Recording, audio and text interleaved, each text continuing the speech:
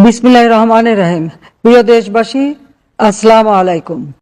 যে আজকে বাংলাদেশে আমাদের নেতাকর্মীর উপর যে জুলুম অত্যাচার, আজকে সারা বাংলাদেশে প্রায় হাজারের উপর মাজার ভাঙা, হামলা করা, সেখানে নির্যাতন করা, মুসল্লিদের নির্যাতন করা, মসজিদ ভাঙা, এই তো করে বেড়াচ্ছে। এবং জামাতে ইসলামী, ইসলামের নাম বেচে রাজনীতি করে সে এই সব কাজে তারা জড়িত, ওই তারেক যে জড়িত। এই হলো বাংলাদেশের অবস্থা, যে বাংলাদেশ আজকে ধ্বংসের দিকে নিয়ে গেল।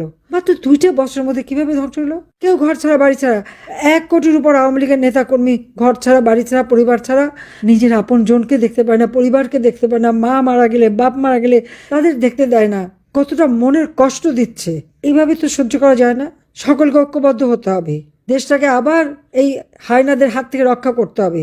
এই বিশ্ব বাটপার আর জামাত যুদ্ধাপরাধী, গ্রেনেড হামলাকারী, এদের হাত থেকে দেশটাকে রক্ষা করে মানুষের জীবনের শান্তি নিরাপত্তা ফিরিয়ে আনতে হবে। মানুষের পেটের ভাতের ব্যবস্থা করতে হবে। মানুষের ঘরে ঘরে আবার বিদ্যুৎ পৌঁছাতে হবে। 500-র উপর ইন্ডাস্ট্রি বন্ধ হয়ে গেছে, লক্ষ লক্ষ শ্রমিক আজকে বেকার। একে একে গার্মেন্টস ইন্ডাস্ট্রিগুলি বন্ধ হয়ে মেয়েরা সব বেকার হয়ে যাচ্ছে। আওয়ামী লীগ আমলে গার্মেন্টস রপ্তানিতে বিশ্বে বাংলাদেশ 2য় স্থানে ছিল, আজকে কোথায় নেমে গেছে?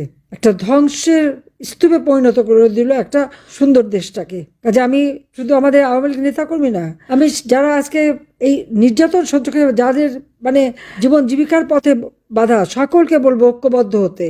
ওই কয়েকটা দালাল আর কয়েকটা গুন্ডা সন্ত্রাস জঙ্গি ছাড়া, বা ওই ইউনূসের মতো বাটপার আর এই সমস্ত জঙ্গি চামুন্ডা জামাত আর বিএনপি ছাড়া বাকি যারা আছে, সব দেশের মানুষকে আমি ঐক্যবদ্ধ হওয়ার জন্য আহ্বান জানাচ্ছি। যে সকলকে রুখে দাঁড়িয়ে এই জুলুম, অত্যাচার, নির্যাতন, মিথ্যা মামলা হামলা এর জবাব দিতে হবে এবং সকলকে ঐক্যবদ্ধ হতে হবে। তবেই বাংলাদেশ এদের হাত থেকে মুক্তি পাবে এবং ইনশাল্লাহ আমরা অবশ্যই সে মুক্তি পাবো। বাংলাদেশ আবার জেগে উঠবে। সবাইকে আমার আন্তরিক